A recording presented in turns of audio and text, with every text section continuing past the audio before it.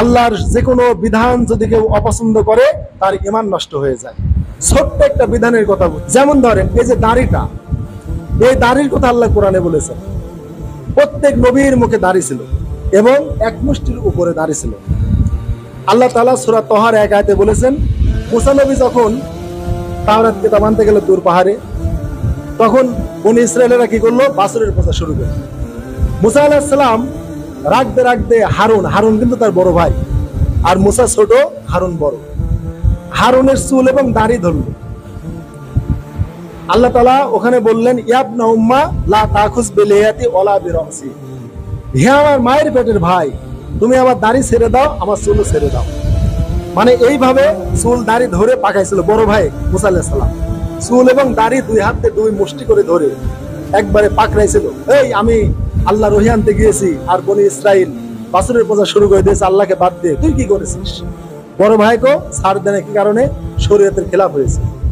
এখান থেকে কি বুঝলেন? বড় ভাইও গার্জিয়ানও সংসারের যদি অন্যায় করে তাকেও ছাড় নাই। পারিবারিক শাসন মুসা আলাইহিস সালাম করেছেন, বড় ভাইকে খাতির করেন নাই। যে তুই হারুন আমার বড় ভাই, একই মায়ের পেটের ভাই, তাদের বাপ মাও একই ঔরসে, একই মায়ের গর্ভে সহোদরা ভাই তারা। এই সহোদর ভাই হারুন বড়, মুসা ছোট। কিন্তু মুসা আলাইহিস সালামের অনুপস্থিতিতে বনী ইসরায়েলের দায়িত্ব ছিল হারুনের উপর, যে ভাইরে আল্লাহ তোমাকে ডাকিছে, ওই আনতে যাবো, যে কয়টা দিন না আসি তুমি এই কয়টা দিন কি করো? বনী ইসরায়েলকে দেখাশোনা করে রাখ, এর জন্য আল্লাহর বিধান থেকে অন্যদিকে না যায়। হারুন মানাও করেছে। তারপরে অবাধ্য জাতি বাছুরের পূজা শুরু করে দিয়েছে। তখন মুসা আলাইহিস সালাম এসে এই অবক্ষয় সহ্য করতে পারেন না পেরে বড় ভাইয়ের চুল আর দাড়ি ধরে পাকাইছে। তখন হারুন বলতেছে, ইয়াবনা উম্মা, হে আমার মায়ের পেটের ভাই, লা তাকুজ বিলিয়াতি, আমার দাড়ি ধরে পাকড়াও না, দাড়ি ছেড়ে দাও। ওয়ালা বিরাসি, আর মাথার চুলও পাকড়াও না, ছেড়ে দাও। কি বুঝলেন? এখানে চুল আর দাড়ির প্রমাণ হলো যে হারুন আলাইহিস সালামের এক মুষ্টি দাড়ি ছিল, এই জন্য পাকানো গেছে, আর এক মুষ্টির কম হলে পাকানো যাবে না। এই জন্য আশরাফ আলী থানভী রাহিমাহুল্লাহকে একজন বলেছিল যে আমি এক মুষ্টি দাড়ি ওই দিন রাখবো যেই দিন আপনি কোরআন থেকে এক মুষ্টি দাড়ির দলিল দেখাতে পারবেন। ওই লোকেরা মনে করেছে যে মনে হয় কোরআনে কোনো দাড়ির কথা নাই, শুধু রাসূলের আগে সেটা সুন্নাত। বিমা আনজালাল্লাহ, আল্লাহ যা বিধান দিয়েছেন, যা নাযিল করেছেন। আমরা তো মনে করি মানুষেরা দাড়ি হচ্ছে নবীর সুন্নাত। এটা কে বলেছে আপনাদের? কোন হুজুরে ফতোয়া দিয়েছে নবীর সুন্নাত? দাড়ি রাখা কোরআন দিয়ে প্রমাণ।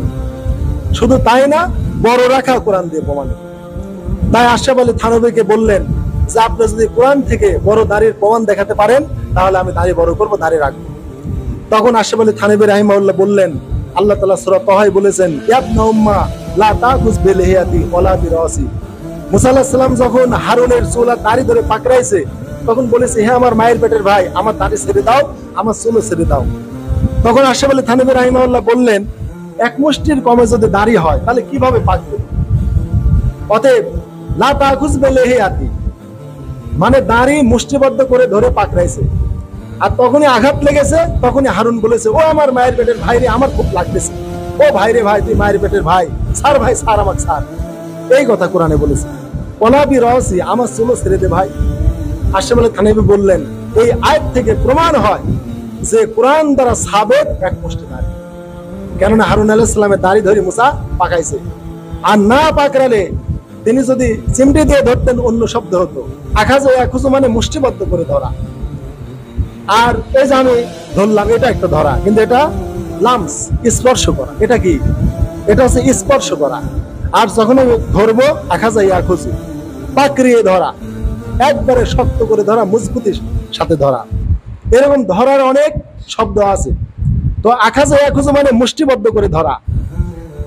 এটা আল্লাহ কোরআনে বলেছেন, লা তাকুজ বিলিয়াতি, আমার দাড়ি ধরে পাকড়াও না ভাই, আমার দাড়ি এভাবে তুমি শক্ত করে ধরে পাকড়াও না। তো এই আখাজে আখুজু মানে মুষ্টিবদ্ধ করে ধরা, আর লামস মানে স্পর্শ করা, একটা জিনিস স্পর্শ করে দেখা। আবার বাদশা মানে কঠোর ভাবে ধরা। ইন্না বাদশা রব্বিকা লাশাদীদ, নিশ্চয় তোমার রবের ধরা বড়ই শক্ত ধরা। আখাজে আখুজুর চাইতে বাদশা আবার আরো শক্তিশালী। তারে লামস মানে স্পর্শ করে কোনো জিনিসকে ধরা, শুধু হাত লাগালাম তাই না। আর আখাজে আখুজু মানে মুষ্টিবদ্ধ করে ধরা। তারপরে বাদশা মানে যেটা আল্লাহ বলেছেন, ইন্না বাদশা রব্বিকা লাশাদীদ, নিশ্চয় তোমার রবের ধরা বড়ই শক্ত ধরা। এইটা হচ্ছে আরো মারাত্মক ভাবে ধরা। তাহলে চিন্তা করে দেখেন, এই জন্য কোরআন দ্বারা সাবেত এক মুষ্টি দাড়ি। এখন আপনি দাড়িই রাখেন না, তাহলে আল্লাহ কোরআনে যা আনজালাল্লাহ বিধানগুলো দিয়েছেন এইগুলিকে আপনি পছন্দ করলেন না অপছন্দ করলেন? আপনি কোন কারণে দাড়ি বড় করেন না বলেন তো? এর পিছনে একটা কারণ আপনার অন্তরে আছে, ওই জিনিসটার নাম কারিহু, অপছন্দ। সেকেলে কিরম কিরম লাগে, এত বড় দাড়ি রাখলে সমাজে আমি কিভাবে মুখ দেখাবো, এই চিন্তা, এই চিন্তার নাম হচ্ছে কারিহু। এটাকে অপছন্দ মনে করা। এই অপছন্দ মনে করাটাই একটা কুফর।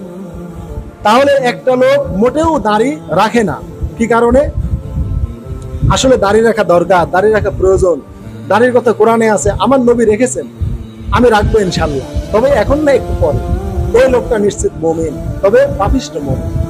কেননা দাড়ি রাখার ইচ্ছা আছে কিন্তু বিভিন্ন কারণে পেরে উঠছে না, এই লোককে সরাসরি কাফের বলা যাবে না, তাকে পাপিষ্ঠ মুমিন বলতে হবে। এই লোক একদিন ওই দাড়ি না রাখার কারণে জাহান্নামে শাস্তি ভোগের পর জান্নাতে যাওয়ার আশা করা যায়, আশা করি আমরা ইনশাআল্লাহ।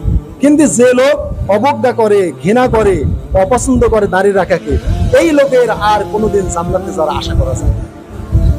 তাহলে একটা আছে আল্লাহর বিধান না মানা, আরেকটা আল্লাহর বিধানকে অপছন্দ করা।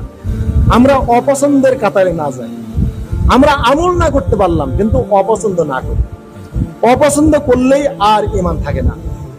আপনারা ক্লিয়ার করে কথাগুলো বুঝে নেবেন, ঈমানটা রক্ষার জন্য। আল্লাহর কোনো বিধান পালন করতে পারছেন না, হ্যাঁ এমনি আপনি একটা অজুহাত দেখান, এই কারণে আমি পারছি না, আমার নিয়ত আছে ইনশাআল্লাহ। আপনি কাফের হবেন না কিন্তু পাপিষ্ঠ মুমিন হবেন, জাহান্নাম খাটার পর একদিন জান্নাতে যাওয়ার আশা করা যায়।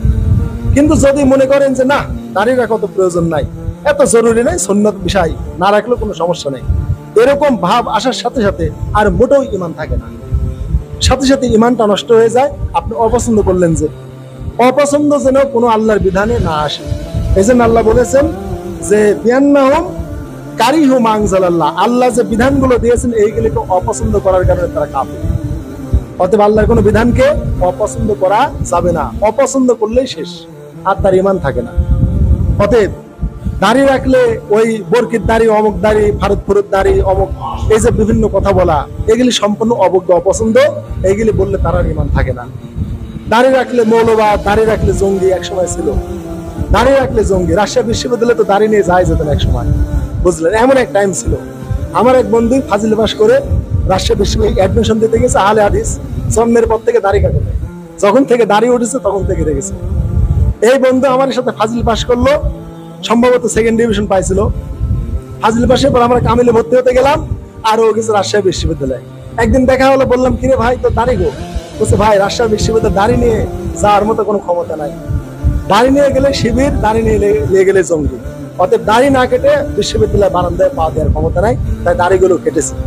এই লোকটা পাপ করেছে আমার এই বন্ধু, কিন্তু স্বীকার করে দাড়িও রেখেছিল, বাধ্য হয়েছে। একে আমরা কাফের বলবো না, কিন্তু পাপিষ্ঠ মুমিন বলবো। কিন্তু যে ব্যক্তি মোটেই দাড়ি রাখে না, দাড়ি রাখলে কেমন কেমন যেন লাগে, পাগল পাগল মনে হয়, অপছন্দ মনে হয়, এরকম ভাব আসলে আর ঈমান থাকে না। অতএব আল্লাহ তাআলার কোন বিধানকে যদি আপনি অবজ্ঞা করেন, ঘৃণা করেন, তাহলে আর আপনার ঈমান বাঁচানোর পথ নাই। আপনি সাথে সাথে বেঈমান, কাফের হয়ে যাবেন নিশ্চিত, এ ব্যাপারে কোনো সন্দেহ নাই। অতএব আপনারা এই চেতনা লালন করেন, ইসলামী বিধানগুলো নিজের ব্যক্তিগত জীবন, সমাজ, পরিবার, রাষ্ট্র সকল ক্ষেত্রে প্রতিষ্ঠা চালান। এই চেষ্টা আল্লাহ আপনাকে জান্নাতে পৌঁছে দেবেন ইনশাআল্লাহ। আল্লাহ তাআলা তৌফিক দান করুন। সকল বেলা